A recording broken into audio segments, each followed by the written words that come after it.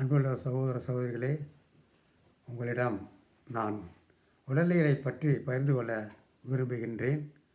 இதை நீங்கள் எனக்கு தெரிந்ததை உங்களிடம் கூறுகிறேன்.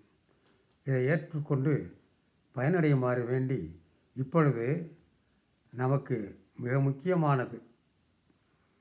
முக்கியமானது உடம்பிலே இருக்கக்கூடிய சதை. ஒவ்வொரு பகுதியும் எவ்வளவு என்று ஒரு கணக்குண்டு. இதில் உடலிலே முழு பாகத்தையும் நாம் எடுத்தால் அந்த முழு பாகத்தில் 40% சதை. இந்த சதையினால்தான் எல்லா விஷயங்களும் நடைபெறுகிறது. அந்த சதையானது ஒரு சில வயதுகளிலே அதனுடைய சக்தி, அதில் உள்ள அந்த கொழுப்பு சக்தி குறைந்துவிடும். அப்படி குறைந்து விட்டால் என்ன ஏற்படும்? கைகால்கள் வீங்கும், கைகால்களின் அசைக்க முடியாது, ஞாபக மறதி உண்டாகும், இவையெல்லாம் ஏற்படும். இதற்கு சீரான உணவு தேவை. ஆசைப்பட்ட உணவு கூடாது.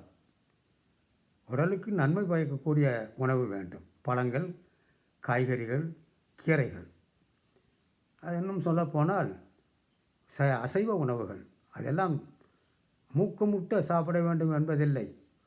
அது மனமே சொல்லும், வயிறே சொல்லும், உடல் முழுவதும் சொல்லும் போதும் என்று. வம்பாக சாப்பிடாமல் அளவாக சாப்பிட்டால் நீண்ட காலம் நாம் வாழலாம். இத்தோடு சதை பல வகைப்படும்.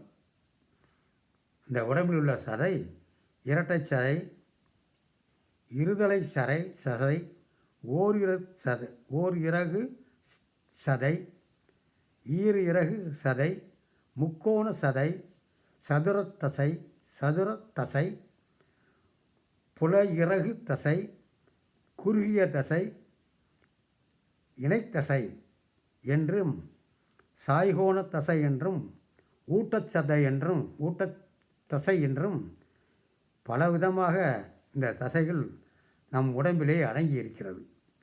இதனுடைய நுட்பத்தை அறிந்து அந்த உடலுக்கு நன்மை பயக்கக்கூடிய உணவுகளை உண்ண வேண்டும். நாக்குக்கு சுவையான உணவை உண்ணுவதை விட உடம்புக்கு நன்மை தரக்கூடிய உணவுகளை உண்ண வேண்டும். தசையில் எத்தனை விதம் பாருங்கள்.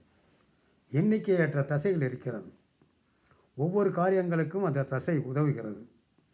அதனை நாம் பாதுகாப்பாக வைத்து கொள்ள வேண்டும். அந்த தசைகள் அதிக குளிரையும் அதிக வெப்பத்தையும் தாங்குவதால் தசைகள் அதிக சக்தி அதற்கு தேவை. அதனால் இயங்கு சக்தி குறையும். அதிகமாக இயங்கினால் இயங்கு சக்தி குறையும், தோல் பாதிப்பும் ஏற்படும். எனவே அமிர்தமானாலும் அளவுக்கு அதிகமானால் நஞ்சு என்று கூறுவார்கள். எதையும் விழுந்து செய்யக்கூடாது. இரவும் பகலும் முழித்து செய்யக்கூடாது. ஒரு மனிதருக்கு 8 மணி நேரம் அவசியம், தூக்கம் அவசியம். அதை கருத்தில் கொண்டு அதற்கேற்றாற்போல் நாம் செய்ய வேண்டும்.